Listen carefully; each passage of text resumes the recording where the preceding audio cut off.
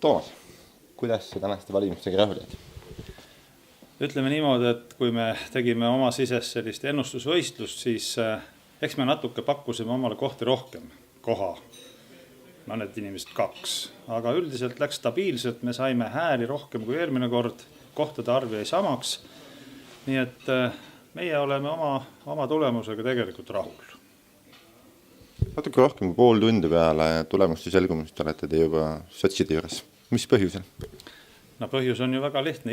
Iga valimise järel võitja erakond tavaliselt helistab. Küsib, mis värk on, kas võiksime arutada, kuidas valitsust teha, kas teha. Nii oli praeguski. Helistasid meile nii sotsiaaldemokraadid kui ka Reformierakonna inimesed. Sotsiaaldemokraadid ennem, Reformierakonnad hiljem. Oleme esimesena siin. Kas sellest võib midagi välja lugeda, et järgmise valitsuse koostavad sotsid ja Isamaaliit? Praegus me seda siin samas nende uste taga arutamegi. Arutame võimalust teha kahekesi koalitsiooni ja arutame võimalust teha laiemat koalitsiooni. Praegus on otsus veel õhus. Kui tõenäoline on, et koalitsioon tuleb 3 liikmena? Pigem 2 liikmena? Ma ei oska praegus ütelda.